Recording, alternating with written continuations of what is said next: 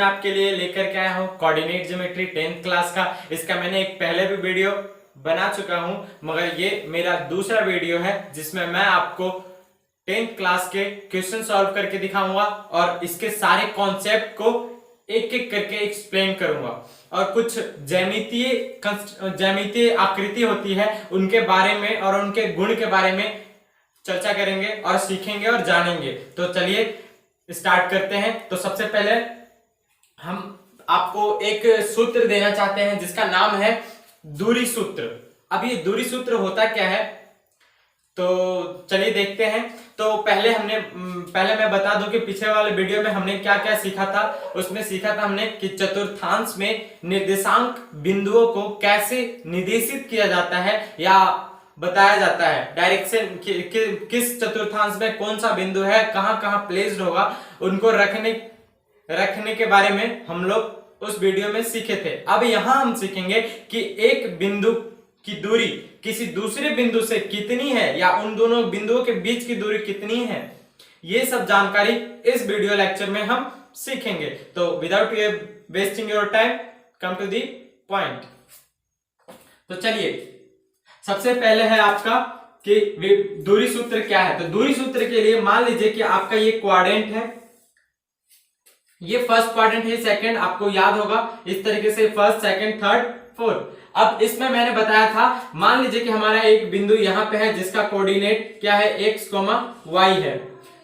ये बिंदु x, y है। तो कोई पूछे आपसे कि बताइए कि एक दूसरे बिंदु से इस बिंदु की दूरी कितनी होगी, या फिर यहां से इस बिंदु की दूरी कितनी होगी, या फिर कह दे कि इस बिंदु से इस बिंदु के बीच की दूरी कितनी होगी। तो इसके निकालने के लिए एक फॉर्मूला है। फॉर्मूला क्या है, तो पहले तो ये लिख लेते हैं y डैश x डैश, और इसका नाम हम 0 दे देते हैं। इसको ओरिजिन भी बोला जाता है और यहाँ का निर्देशांक पिछले लेक्चर में मैंने बताया था 0 0 होता है। अब यहाँ पे देखिए इसका नाम a और इसका नाम b दे देते हैं, a b।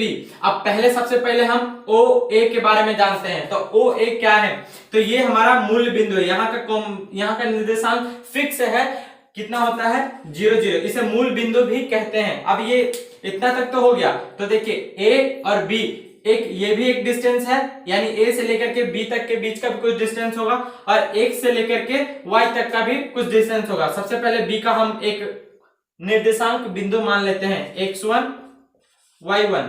तो इस तरीके से हम क्या समझेंगे, चलिए इन दोनों बिंदुओं के बीच का हम दूरी निकालने का एक फॉर्मूला देते हैं आपको। मान लीजिए यहां से यहां तक की दूरी क्या है, o a। तो ये फॉर्मूला है इसका रूट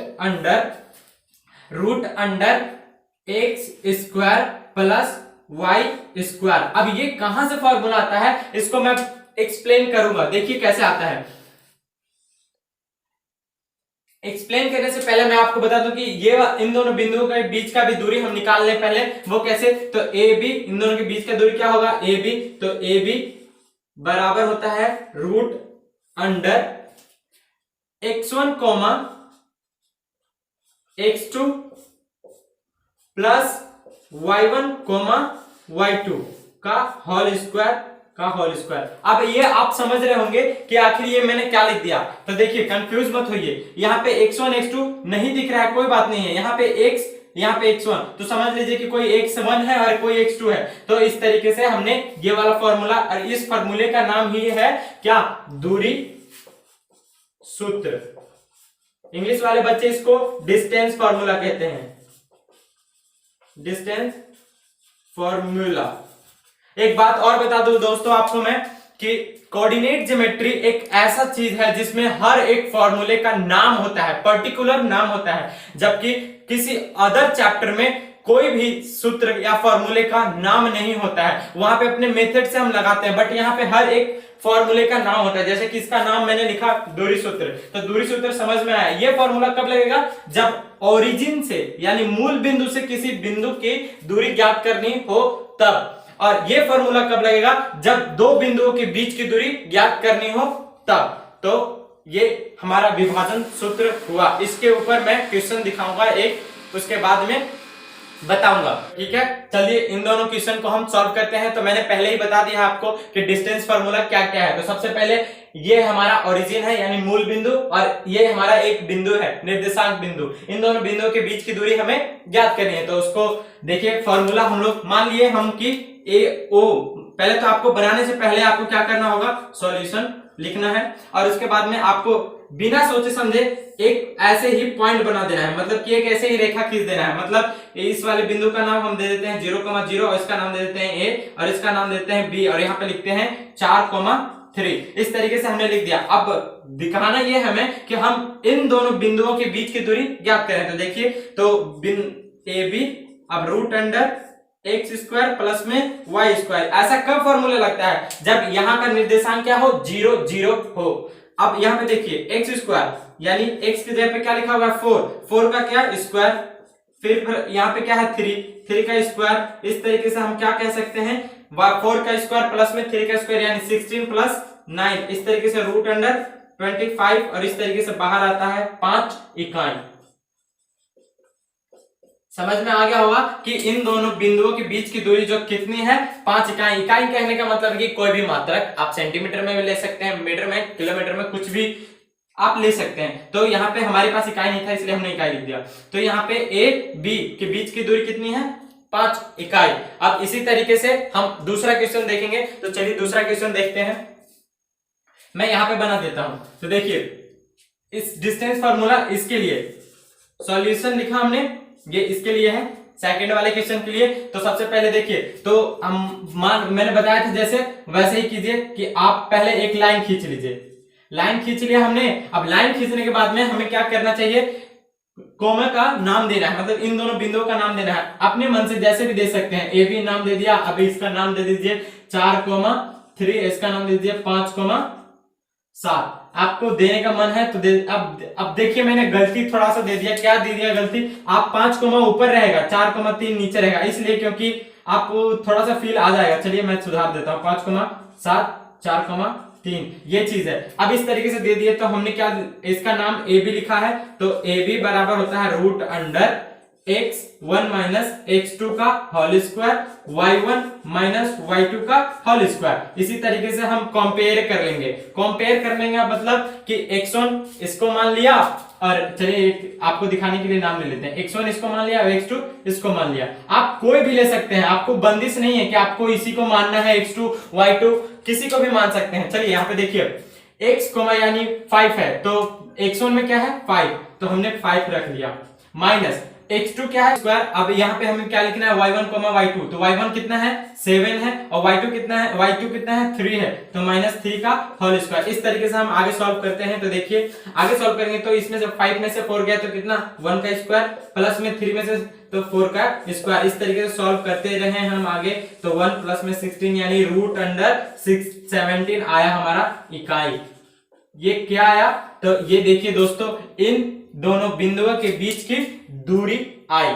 इस तरीके से हम क्वेश्चन को सॉल्व करेंगे। और एक बात और बता दूं, आपको थोड़ा बहुत लिखना पड़ सकता है। अगर बोर्ड का एग्जाम की आप प्रिपरेशन कर रहे हैं तो आपको मैं क्वेश्चन किस तरीके से सॉल्यूशन करना है मैं आपको वो भी बताऊंगा। ये तो हमने मोटा मोटी फॉर्मूले के ऊपर सिर्फ किस तरीके से वैल्यू को पुट करना है, यानी निर्देशांक ज्यामिति वाले बिंदु को किस तरीके से पुट करना है, ये हमने सीखा। दोस्तों आगे चलते हैं, जिसमें मैं आपको बताऊंगा इसके आकृति के बारे में। आकृति क्या है, तो जैसे कि पहले मैं बता दूं कि अगर आपको इसमें प्रूव करना रहता है कि 3 बिंदु, साबित कीजिए कि 3 बिंदु एक ही लाइन में है। कहने का मतलब समझ में नहीं आया, मैं आपको एग्जांपल दूंगा तो समझ में आएगा। देखिए मान लीजिए कि एक बिंदु यहाँ पे है और यहाँ का कोमा x1 y1 है, x, y1 है, ठीक है।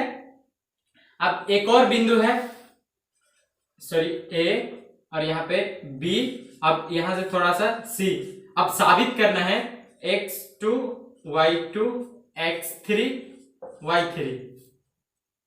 तो इस तरीके से साबित करना है। साबित क्या करना है कि साबित कीजिए कि ये तीनों एक ही लाइन में स्थित है।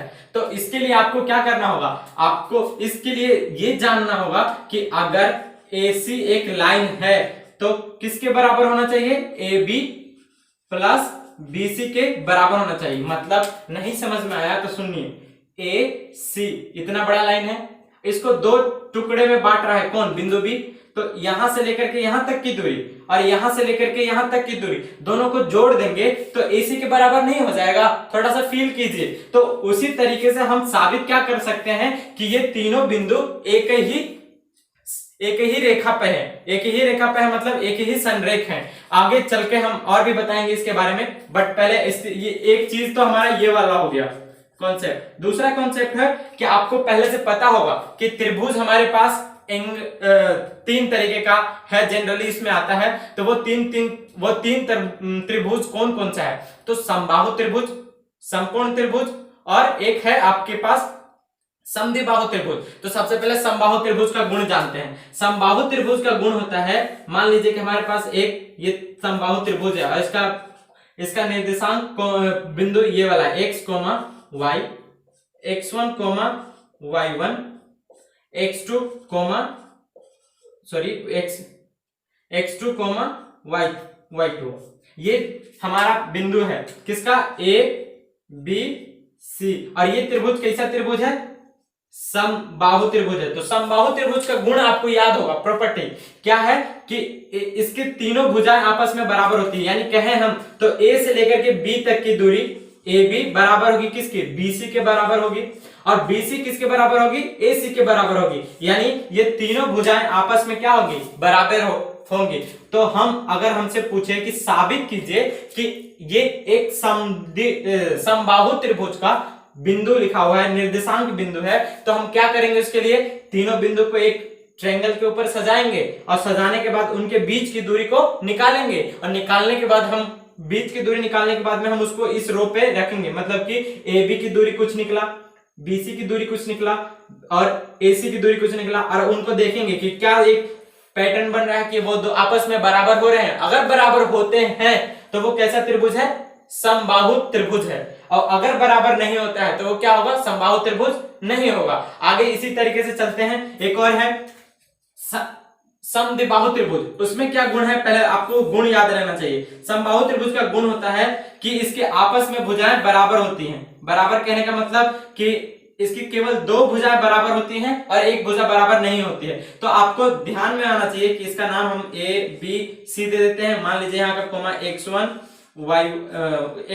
xy और यहाँ पे x1, y1 और यहाँ पे x2 और कोमा y2 है।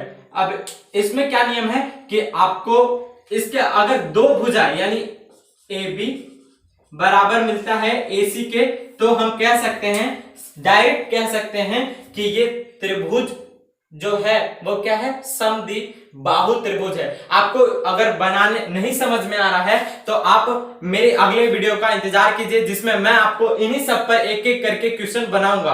अब थोड़ा सा वर्ग के बारे में जान लेते हैं। तो उम्मीद होगा कि आपने मेरे सारे जो जितना भी मैंने बताया कॉन्सेप्ट आपने उतारा होगा। तो आगे बढ़ते हैं। अब एक समकोण त्रिभुज के बारे में जानते हैं। समकोण त्रिभुज कहता है कि ये हमारा समकोण त्रिभुज है, यहाँ पे 90 डिग्री कोण बनता है। तो इसमें A, B, C इन तीनों के बिंदुओं का मैं निर्देशांक बिंदु लिख लेता हूं। निर्देशांक क्या? x, y, x1, y1, x2, y2। तो इस तरीके से है। अब इसमें क्या है? तो आपको पाइथागोरस तो याद होगा, जो कि हमेशा किसमें लगता है? समकोण त्रिभुज में। तो पाइथागोरस जब आपको याद है मतलब क्या कि अगर AB के बीच की दूरी, AB के बीच की दूरी BC के बीच, AB कहने का मतलब पाइथागोरस याद है तो आपको पाइथागोरस में हम कैसे लगाएंगे? AC स्क्वायर बराबर इक्वल टू AB का होल स्क्वायर प्लस में BC का होल स्क्वायर। मतलब यहां से यहां तक की दूरी का होल स्क्वायर, यहां से यहां तक की दूरी का होल स्क्वायर, यहां से यहां तक की दूरी के होल स्क्वायर के बराबर होता है, जो कि पाइथागोरस थ्योरम कहता है। मान लीजिए कि यहाँ पे हमारा दूरी आया 2, इन दोनों बिंदुओं के बीच की दूरी A से B के और B से C के बीच की दूरी आया 3। तो यहाँ से तक के बीच की दूरी कुछ आएगा ना, जैसे कि हम निकाल सकते हैं यहाँ से कि क्या आएगा? 2 का स्क्वायर और फिर प्लस में 3 का स्क्वायर यानी रूट अंडर आ जाएगा 9 और 4 यानी रूट अंडर 13 आएगा। तो इन सब का स्क्वायर अगर 13 के बराबर आता है तो अपने में क्या हो जाएगा? ये एक समकोण त्रिभुज साबित हो जाएगा। इसी तरीके से वर्ग का भी होता है। चलिए वर्ग के बारे में जान लेते हैं कि वर्ग का क्या है। तो वर्ग का आपको याद होगा कि चारों भुजा क्या होता है, आपस में बराबर होता है। तो ये वर्ग का खासियत है। अगर मैं निर्देशांक ज्यामिति इसका नहीं लिख पाऊंगा मगर आपको फील आ गया होगा, मतलब कि इसका प्रॉपर्टी क्या है कि ए बी बराबर होगा बीसी के, सॉरी ए बी बराबर होगा एसी के और सी डी बराबर होगा बीडी के, यानी चारों भुजाएं आपस में क्या होंगी, बराबर होगी हमेशा। ये किसका गुण है, ये गुण है वर्ग का यानी स्क्वायर का। एक गुण होता है आयत का।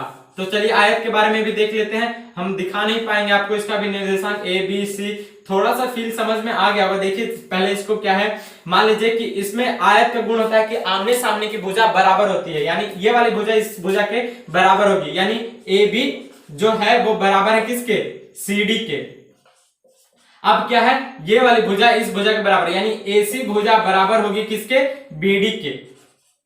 जब हमें बोलेगा कि साबित कीजिए कि ये चारों निर्देशांक बिंदुएं आयत बनाती हैं, तो हमें क्या करना होगा कि उन दोनों में कोई किन्हीं दो बिंदु को पकड़ना होगा और उन दोनों के बिंदु का जो डिस्टेंस है वो निकालना होगा। निकालने के बाद में हम देखेंगे कि क्या उनके दो भुजाएं यानी दो बिंदुओं के बीच की दूरी सेम आ रही है। अगर सेम आ रही है तो क्या होगा, आयत होगा। अगर चारों बराबर आ रही है तो क्या होगा, वर्ग होगा। और आयत कब होगा, जब दो बराबर हो और दो अलग अलग दो, मतलब आमने सामने की भुजा बराबर दो दो करके बराबर हो, मतलब चार दूरियां निकलेगी तो जिनमें से दो बराबर होगा और दो और बराबर होगा। तो इस तरीके से हम वर्ग में डिफाइन कर पाएंगे। तो आइए अब समचतुर्भुज के बारे में जानते हैं। तो समचतुर्भुज पहले जानते हैं। तो समचतुर्भुज हमारा इस तरीके से होता है, सॉरी ये समांतर चतुर्भुज है। तो चलिए समांतर चतुर्भुज के बारे में पहले बात कर लेते हैं। ए सी डी। समांतर चतुर्भुज का एक नियम होता है, वो नियम क्या है कि इसके आमने सामने की भुजा बराबर होती है, बिल्कुल आयत वाला।